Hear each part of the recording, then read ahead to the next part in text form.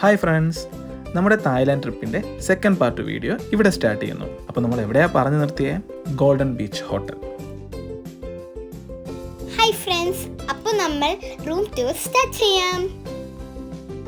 ഇതാണ് നമ്മുടെ റൂം. എനിക്ക് ഓടിക്കളിക്കാനൊക്കെ സ്പേസ് ഉണ്ട്. നമുക്ക് ബാൽക്കണിയിലോട്ട് പോവാം. അപ്പാ, ഇതാണോ പട്ടായ സിറ്റി? അതെ മക്കളെ. ഇപ്പോഴാണോ ബ്യൂട്ടിഫുൾ, രാത്രിയാണോ ബ്യൂട്ടിഫുൾ? ഇപ്പൊ അല്ലേ ബ്യൂട്ടിഫുൾ? അല്ല, രാത്രി.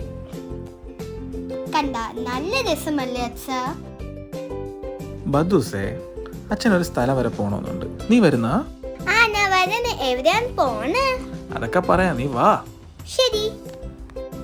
അങ്ങനെ വൈഫിനെ മോളെയും കൂട്ടി KFCയിൽ ഒന്ന് കറങ്ങിയ ശേഷം കോള ഒന്ന് റീഫില്ല് ചെയ്തു. അതിനുശേഷം നടക്കാൻ തുടങ്ങി. എങ്ങോട്ടെന്നല്ലേ?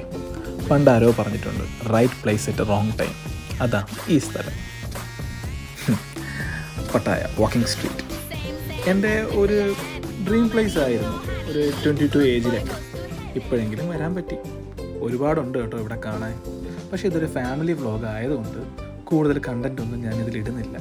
പക്ഷേ ആ കണ്ടൻറ്റുകൾ ക്യാപ്ചർ ചെയ്യാൻ രാത്രി ഞാൻ ഒറ്റയ്ക്ക് പോയെന്നുള്ളത് വേറൊരു സത്യം. അങ്ങനെ ഡേ 1 കംപ്ലീറ്റ് ആയി. നാളെയാണ് കോറൽ ഐലൻഡിലേക്ക് പോകുന്നത്. ഡേ 2, ഇന്ന് ബദ്ദുവിൻ്റെ ബർത്ത്ഡേ ആണ്. രാവിലെ ബദ്ദുവിൻ്റെ ബർത്ത്ഡേ വിഷയൊക്കെ ചെയ്ത ശേഷം ഞങ്ങൾ നേരെ കോറൽ ഐലൻഡിലേക്ക് പോവുകയാണ്. ആദ്യം ഈ വണ്ടിയിൽ, ഇവിടെ നിന്ന് സ്പീഡ് ബോട്ടിലും. ഇനി കുറച്ച് ഞാൻ പറയാം. ഇപ്പോൾ ഒരു എണ്ണം വരും. ഈ എണ്ണം പറയണ വഴി കൂടെ നമ്മൾ പോയാൽ നമുക്കൊരു സ്പീഡ് ബോട്ട് വരും. പിന്നെ അതിൽ കയറി വേണം നമ്മൾ കോറൽ ഐലൻഡിലോട്ട് പോകാനായിട്ട്. അപ്പോൾ ഇതുപോലത്തെ ബോട്ടിലാണ് ഞങ്ങൾ കയറണത്. ഇതിലൊട്ടും പേടിയില്ലാത്ത എനിക്കാണ്. ബാക്കി ഇവർക്ക് രണ്ടുപേർക്കും ഭയങ്കര പേടിയാണ്. അപ്പോൾ ഓണ പോക്കണ്ടെന്ന് തന്നെ അറിഞ്ഞൂടെ, എനിക്കൊട്ടും പേടിയില്ല. അപ്പോൾ ഞാൻ പറഞ്ഞില്ലേ, ഇതാണ് ബോട്ടിൻ്റെ പോക്ക്. ഭയങ്കര സ്പീഡായിരുന്നു. ഇതിൽ എനിക്ക് പേടിയില്ലാത്തതുകൊണ്ടാണ് ഇതിലെന്നെ കാണാത്തത്. അച്ഛനും മോളും വീഡിയോ ഒക്കെ എടുത്തിരുന്നു. പക്ഷേ എനിക്ക് ഭയങ്കര പേടിയായതുകൊണ്ട് ഞാൻ സൈഡിലോട്ട് ഒതുങ്ങി കണ്ണടച്ചാണ്ടിരുന്നത്. എന്നിട്ട് ഏതോ ഒരു സ്ഥലത്തും കൊണ്ടേ അവന്മാരിതായത് ഇതിങ്ങനെ നിർത്തി. എന്നിട്ട് ഞാൻ ഇറങ്ങുന്ന പാട് കണ്ടാ, ആരൊക്കെ വലിച്ചു പിടിച്ചൊക്കെ കയറ്റി ഞാൻ അങ്ങ് കയറി. എന്നിട്ട് ഇവിടെ വെച്ചാണ് ബദ്ദു ഫസ്റ്റ് പാരാസെയിലിംഗ് ചെയ്യാൻ പോണത്. ഞാൻ പല തവണ പറഞ്ഞു നോക്കി അച്ഛൻ്റെ അടുത്തും മോളടുത്തും വിടണ്ടാന്ന്. പക്ഷേ കൊച്ചിന് ഭയങ്കര ആഗ്രഹമുണ്ട്. അച്ഛൻ അതിന് കൂടെ നിന്ന്. എന്നിട്ട് അവൾ പാരാസെയിലിംഗ് ചെയ്യാൻ പോവാണ്. പക്ഷേ ചേട്ടൻ ടെൻഷനിൽ വീഡിയോ എടുക്കാൻ മറന്നു. അവൾ പൊങ്ങിയതിന് ശേഷമാണ് പിന്നെ കുറച്ച് വീഡിയോ എടുത്തത്. ചേട്ടനും ഇത് ചെയ്യുന്നുണ്ട്, ഞാൻ ചെയ്യുന്നില്ല. കാരണം എനിക്കത്ര പേടിയില്ല. ക്യാമറ പിടിക്കാൻ ആരെങ്കിലും വേണമെന്നുള്ളതുകൊണ്ട് മാത്രം ഞാൻ സൈഡിൽ നിൽക്കുന്നതാണ്. അല്ലാതെ എനിക്കിതിൽ പൊങ്ങാനൊന്നും പേടിയൊന്നുമില്ല. അവൾ സൂപ്പറായിട്ട് പോയി തിരിച്ചു വന്ന് ലാൻഡ് ചെയ്യണ വരെ ഞാൻ താഴെ നിന്ന് അയ്യപ്പനെ വിളിച്ചുകൊണ്ടാണ് നിന്നത്. ഭയങ്കര പേടിയായിരുന്നു എനിക്ക് കൊച്ചു പൊങ്ങിപ്പോയത്. ചേട്ടൻ പൊങ്ങിപ്പോണതിൽ പേടിയൊന്നുമില്ല. നീന്തി എങ്ങനെയെങ്കിലും പൊങ്ങി വരുമെന്ന് എനിക്കറിയാം.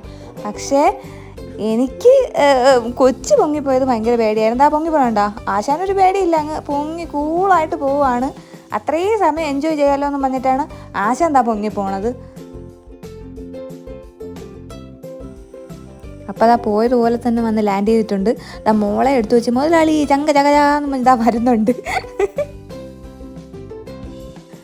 അപ്പോൾ അടുത്ത് നമ്മൾ ഇവിടെ നിന്ന് വേറൊരു ബോട്ടിൽ കയറി ഇനി കോറൽ ഐലൻഡിലോട്ട് പോകും. അവിടെയാണ് ശരിക്കും മറ്റേ വാട്ടർ ഡൈവിങ് ചെയ്യാൻ പോകുന്നത്.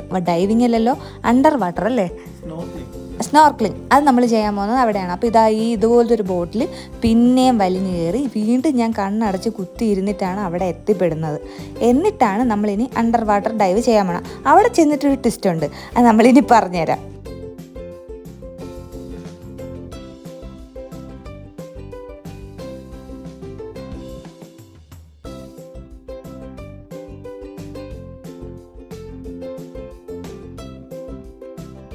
ബോട്ട് നിങ്ങൾ ഈ കാണും പോലെ ഒന്നുമല്ല, ഭയങ്കര സ്പീഡാണ്. എന്നിട്ട് ഇടയ്ക്കിടയ്ക്ക് വെള്ളം വന്ന് നമ്മളെ തലയിൽ കൂടെ വീണുകൊണ്ടേയിരിക്കും.